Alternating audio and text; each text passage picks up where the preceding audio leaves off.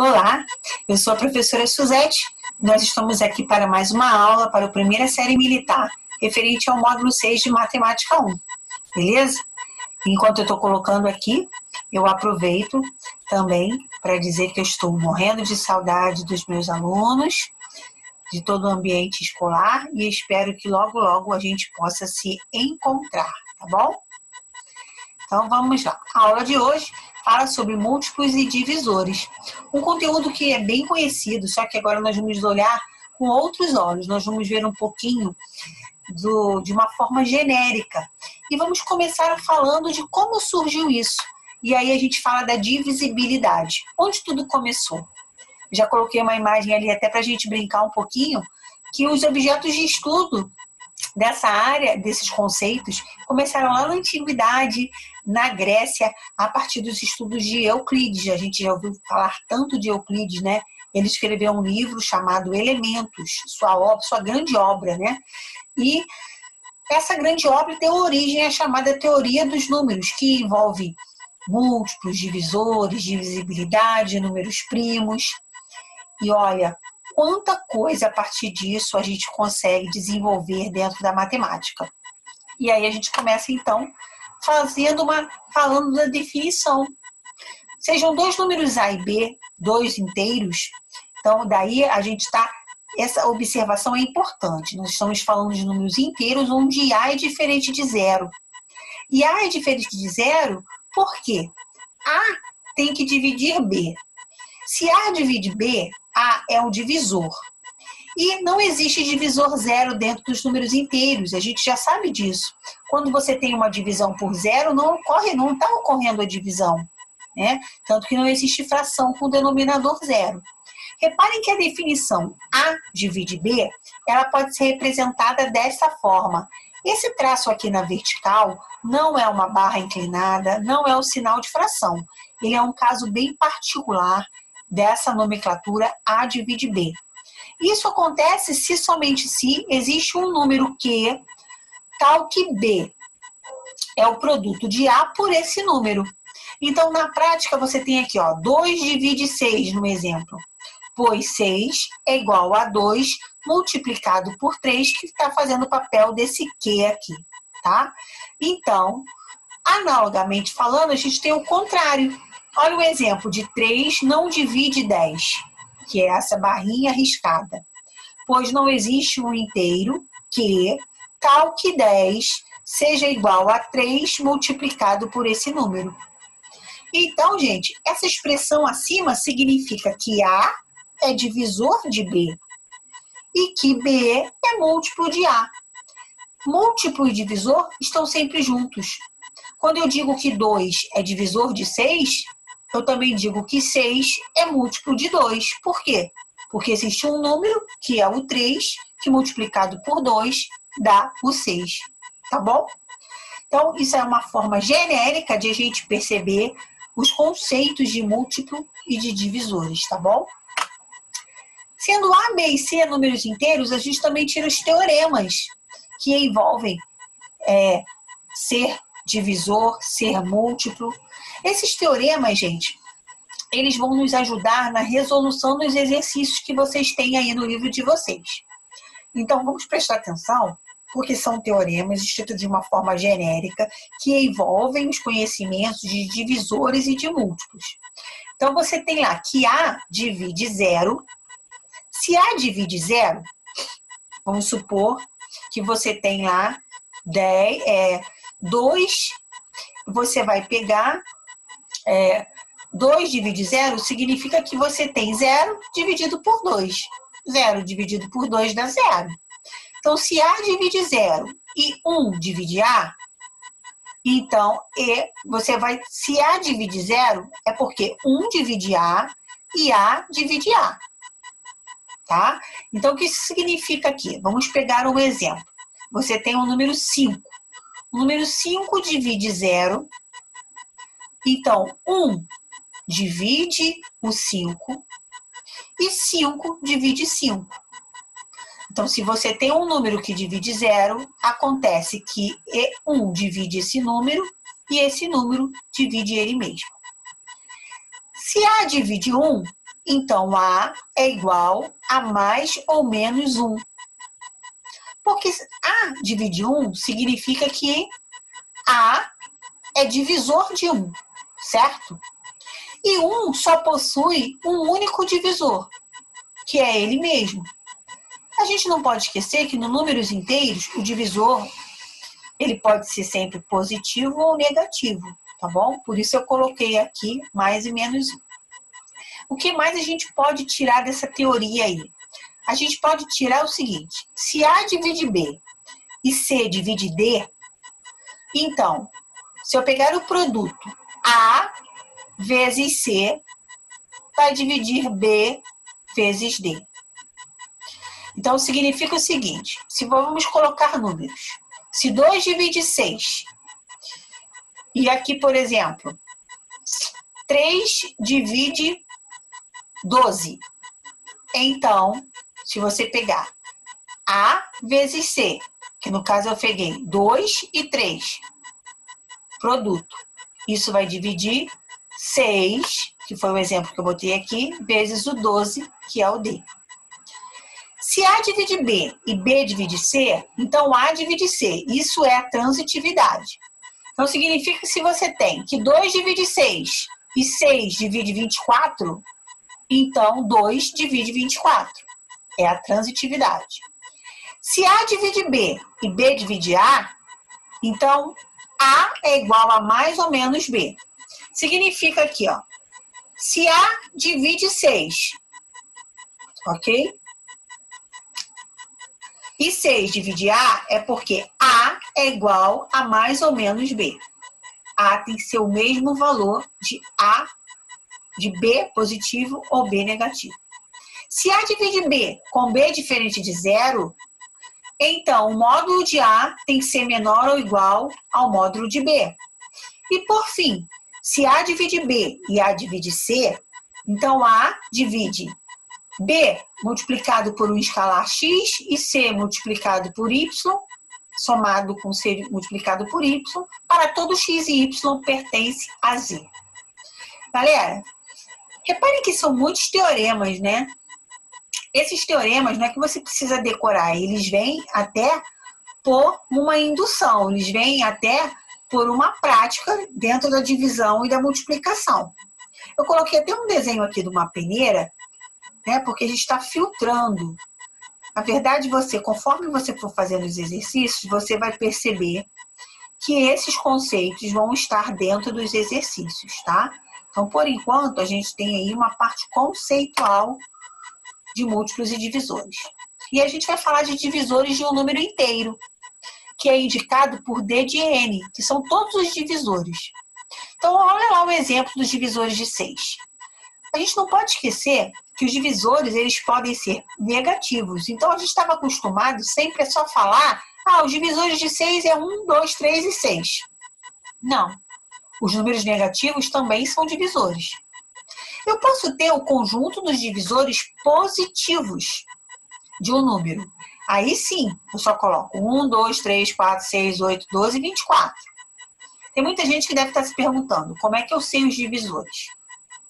Primeiro, que a gente precisa saber as regras de divisibilidade. Segundo, que a gente vai ter uma técnica para encontrar os divisores de um número quando eles são números grandes que a gente não consegue saber de cor. E aí, daqui a pouco, a gente vai ver isso. Divisores negativos de um número, olha lá. Divisores negativos de um número. Aí eu só coloquei os negativos. Observem que o número 1, ele é divisor, tá? Sempre de qualquer número. E o que é o conjunto dos divisores próprios? É o conjunto, são todos os divisores de um número, exceto ele mesmo. Então, no caso aqui, se eu quisesse os divisores próprios de 6, o 6 não poderia entrar. E divisores comuns de dois números. É o conjunto de divisores comuns dos dois números que eu quero. Então, se eu pegar esse exemplo aqui, conjunto desses divisores comuns a esse conjunto aqui, eu posso observar que comum eu só tenho o menos 2 e o menos 1. É bem simples isso daí. E os números primos? Galera, a gente aprendeu lá no Fundamental que os números primos tinham uma tabela chamada Crivo de Aristóteles, E nele a professora falava assim, olha, pelo menos até 100 você tem que saber de qual os números primos. Mas o que são os números primos? Será que a gente realmente precisa decorar? Se a gente souber o conceito, a gente vai conseguir definir números primos. Números primos são os números que possuem apenas dois divisores positivos. Então, olha lá. O inteiro positivo, lembrando que número primo, a gente só se refere a números positivos, tá? Números inteiros positivos. Então, se é números inteiros positivos, o zero está fora disso aí, tá bom? E a partir do 1, quem são os números primos? São os números que possuem apenas o 1 e ele mesmo como seus únicos divisores. Exemplo, 2, 3, 5, 7 e 11. De acordo com a definição, o número 1 não é um número primo, porque ele só possui ele próprio como divisor. E para ser primo tem que ter ele próprio e o 1, tem que ter dois divisores. O número 1, ele não é primo e nele nem é composto. Porque composto são os números inteiros maiores que 1, que não são primos, e que tem pelo menos um divisor além do 1. No caso, o 4, o 6, o 8 são números compostos. Notem que o único inteiro positivo que é par é o 2. Porque todos os outros números pares, além de ter ele próprio e o 1 como divisor, vai ter também o 2, tá bom? E o que são números primos entre si? Olha lá, galera. Os números primos entre si, eles não necessariamente são números primos isoladamente, tá? Apenas precisa ter uma característica. O divisor comum entre eles tem que ser 1. Então, observem 6 e 35. 6 é um número primo? Não, possui mais de dois divisores. 35 é um número primo? Também não. Mas entre eles, eles são primos entre si. Olha aqui, ó, a moça olhando para mim, ó, de rabo de olho. Como é que é isso? Como é que nós somos primos? São primos. Primos entre si. Por quê? Você vai ver que, na prática, 6 e 35, você vai ver quem são os divisores em comum.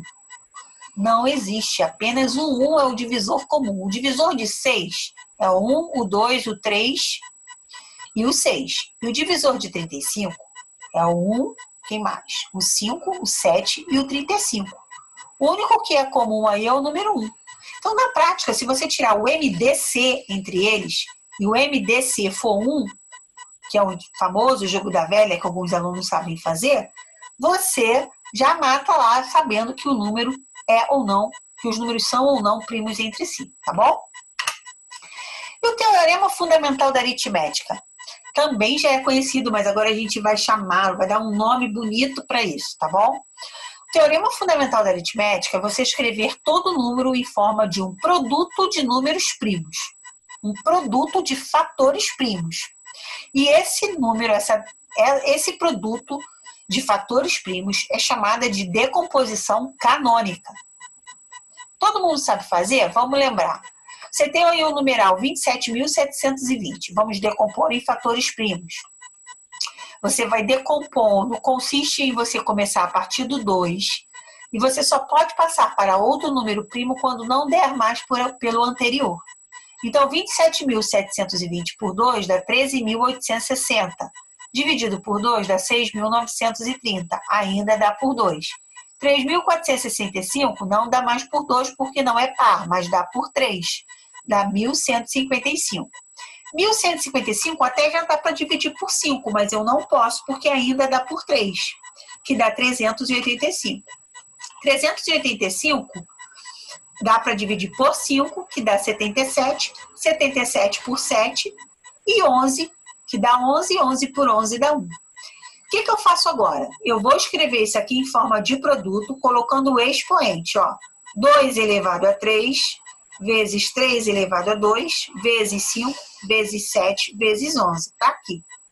Isto aqui é o teorema fundamental da aritmética, que diz que todo numeral inteiro positivo pode ser escrito em forma de produto de fatores primos, chamado de decomposição canônica. tá bom? Daqui a pouco a gente vai precisar disso aí novamente. Vamos ao Teorema de Euclides. O Teorema de Euclides diz que existe um número infinito de números primos. Então, não basta você só saber decorar uma tabela de números primos até 100. E se o número for maior? Olha, se o número for maior, a gente vai seguir uma definição de número composto para poder chegar ao que eu quero dizer. O número composto, ele é um número que possui um divisor primo menor ou igual à raiz do número. Então, o que eu vou fazer? Primeiramente, eu vou pegar o número que eu quero saber se ele é primo e vou ver se ele tem uma raiz quadrada. Se ele não tiver, eu vou ver quem são as raízes quadradas, né? Quem são as raízes quadradas próximas dele. No caso do 509, as raízes quadradas próximas são 22 e 23, porque 509 é mais ou menos a raiz de 22, alguma coisa. Eu pego todos os números primos antes dessas raízes. Então, antes de 22, quais são os números primos que você já conhece? 2, 3, 5, 7, 11, 13, 17 e 19. Eu vou pegar o 509 e eu vou tentar dividir por cada número desse. Por 2, depois por 3, por 5, por todos eles. E você vai concluir que nenhum desses números dá para dividir. Nenhum deles é divisível por 509. O que você conclui? Que 509 é primo. Se você fizesse essa divisão aqui e você conseguisse dividir o 509 por um desses números, então ele não seria primo. Então, suponhamos que você queira saber a raiz, você queira saber que o número 1520 alguma coisa, ele é primo. Você vai pegar e vai ver a raiz quadrada dele. Vai ver o número inteiro mais próximo dessa raiz. E você vai verificar quem são os números primos antes. Vai tentar dividir. Se você não conseguir por nenhum desses fatores primos, esse número é primo. Tá bom? Pelo menos você não vai estar adivinhando. Agora vamos falar dos divisores do número inteiro? Lembra que eu disse que quando os números são maiores já fica um pouquinho mais difícil? Você vai precisar saber decompor em fatores primos primeiramente. Então, vamos pegar o 60. Esse número 60 vai nos acompanhar nos próximos exemplos, então prestem bastante atenção. O 60, decomposto em fatores primos, você tem por 2 dá 30, por 30 dá 2 dá 15, 15 por 3 dá 5, 5 por 5 dá 1. Depois que você decompôs, você vai fazer uma nova barra e vai colocar o número 1. Porque o número 1, você já sabe que ele é divisor de qualquer número inteiro. E aí, você vai multiplicar esses fatores primos aqui pelos números que estão aqui à direita. 2 vezes 1, 2. 2 vezes 1, 2 já tem. 2 vezes 2, 4. Agora vai o 3. 3 vezes 1, 3. 3 vezes 2, 6. 3 vezes 4, 12. Agora vamos pegar o 5 lá de cima. 5 vezes 1, 5. 5 vezes 2, 10. 5 vezes 3, 5 vezes 3. 5 vezes 4, 20. 5 vezes 3, 15. 5 vezes 6, 30. 5 vezes 12, 60. Chegou no 60, acabou. Porque o último divisor de um número é ele próprio. Então, todos esses aqui são os divisores de 60. Então, qual é a regra? Decompõe em fatores primos, faz um traçado e coloca o 1. Multiplica todos os fatores pelos números que estão à direita em sequência. Então, os resultados desses produtos vão ser os divisores de um número que você decompôs. Tá bom? Agora vamos para... Parou e prestou atenção, galera. Olha lá. Vamos falar de quadrado perfeito, cubo perfeito e potência enésima perfeita. Às vezes a gente quer saber se o número é quadrado perfeito e você acha que só tirando a raiz quadrada. Só que a raiz quadrada é um pouquinho mais complicado. Então, o que você faz para saber se o número é quadrado perfeito? Você decompõe ele, escreve na forma canônica. Se todos os expoentes forem pares, ele é um quadrado perfeito. Então, assim eu fiz com 7.056. A forma canônica, 2 elevado a 4 vezes 3 elevado a 2 vezes 7 elevado a 2. Todos os expoentes são pares, então ele é um quadrado perfeito. E se o número é um cubo perfeito? Faz a mesma coisa, escreve na forma canônica. 2 elevado a 6 vezes 3 elevado a 3. Cubo perfeito. Então, se for múltiplo de 3, é um cubo perfeito. E potência enésima perfeita, seguindo a mesma lógica. Escreve em decomposição canônica. E se os expoentes forem múltiplos do tipo de potência que você quer, vai ser. Então, aqui, quarta potência perfeita. Então, tem que ser múltiplos de 4. Se os expoentes forem múltiplos de 4, é uma quarta potência perfeita. Logo, 1296 é. Se fosse oitava potência perfeita, múltiplos de 8. Se fosse sétima potência perfeita, múltiplos de 7. Beleza? Então, vamos prosseguir. O que será que nós temos por aí?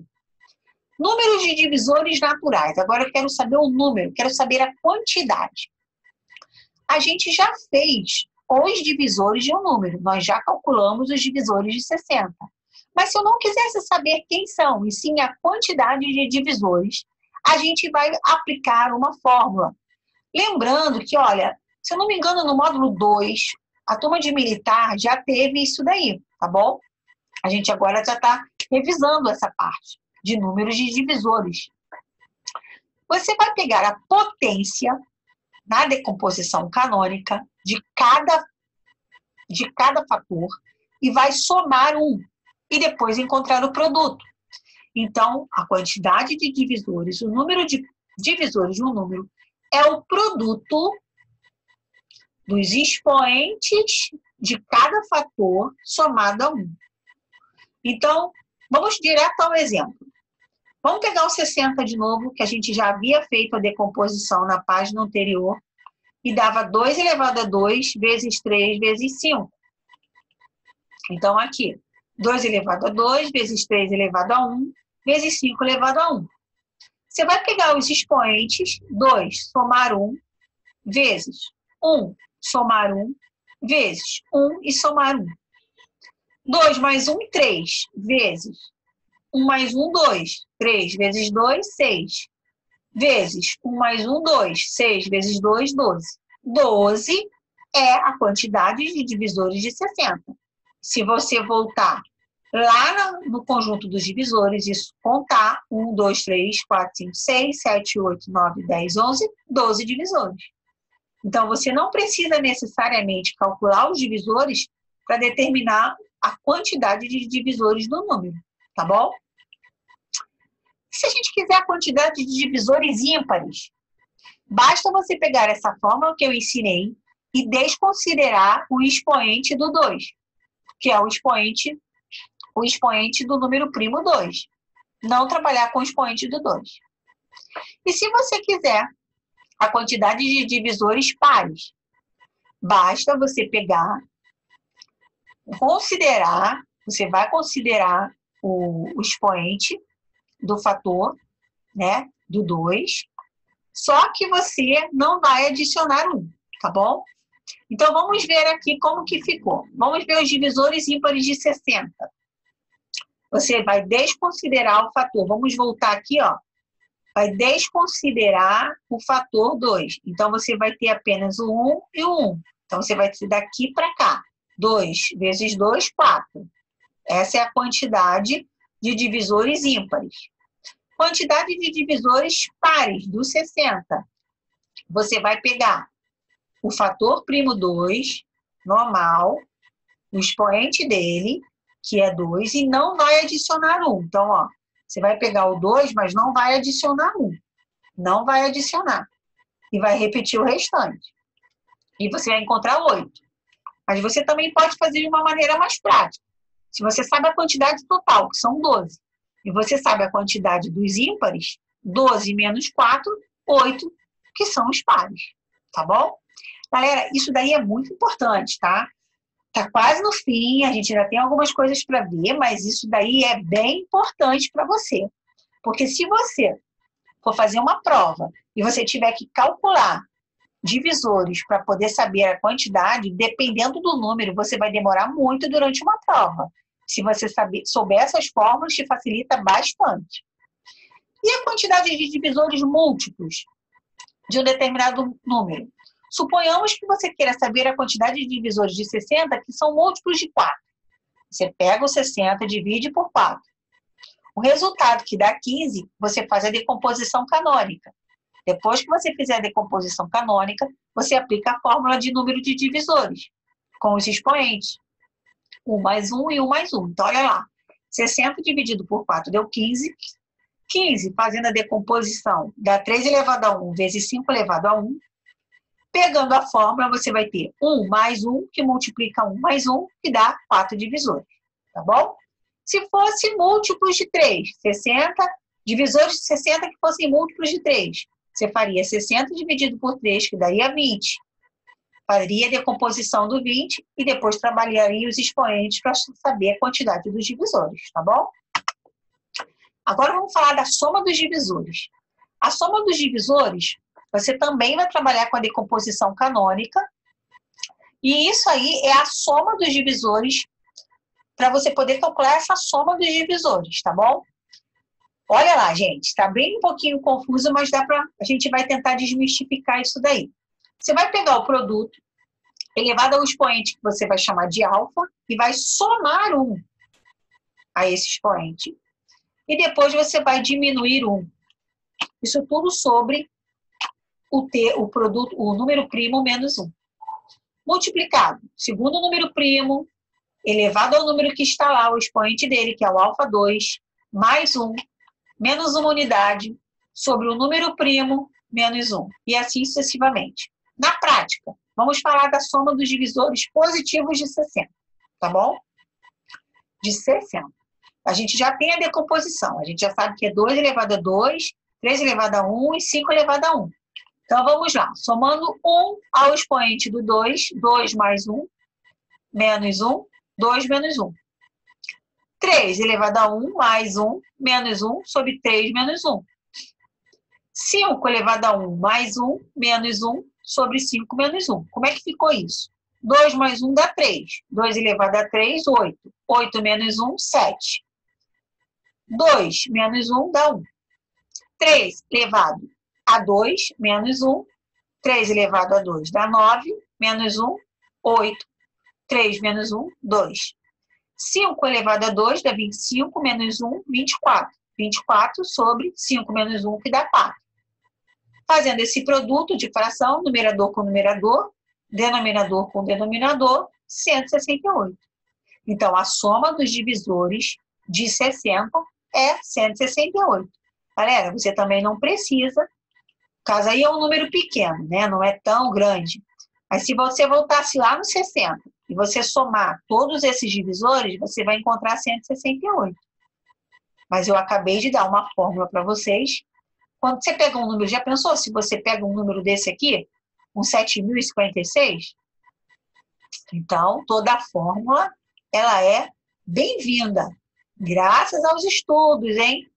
Graças à teoria dos números, a gente tem tudo isso daí. Agora vamos falar da soma dos divisores positivos e ímpares. A gente vai fazer o seguinte, a gente vai usar a mesma fórmula, só que você também vai eliminar esse primeiro processo aqui, que é relativo ao número 2. Se o número tiver na sua decomposição canônica o número primo 2, você ignora, não faça com ele. Faça só do segundo para frente. E aí você encontra a soma dos divisores positivos ímpares. E se você quiser a soma dos divisores positivos pares, basta você pegar o total de divisores e diminuir 2 unidades, tá bom? E para finalizar essa etapa, a gente vai falar sobre o que é um número perfeito, né?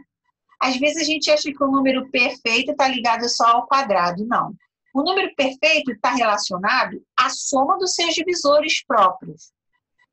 Então, você pega todos os divisores do número, menos ele, porque a gente está falando que são os divisores próprios, então ele não se inclui. E se der ele mesmo, ele é um número perfeito. Então, 6. Quais são os divisores de 6 sem ser ele? 1, 2 e 3.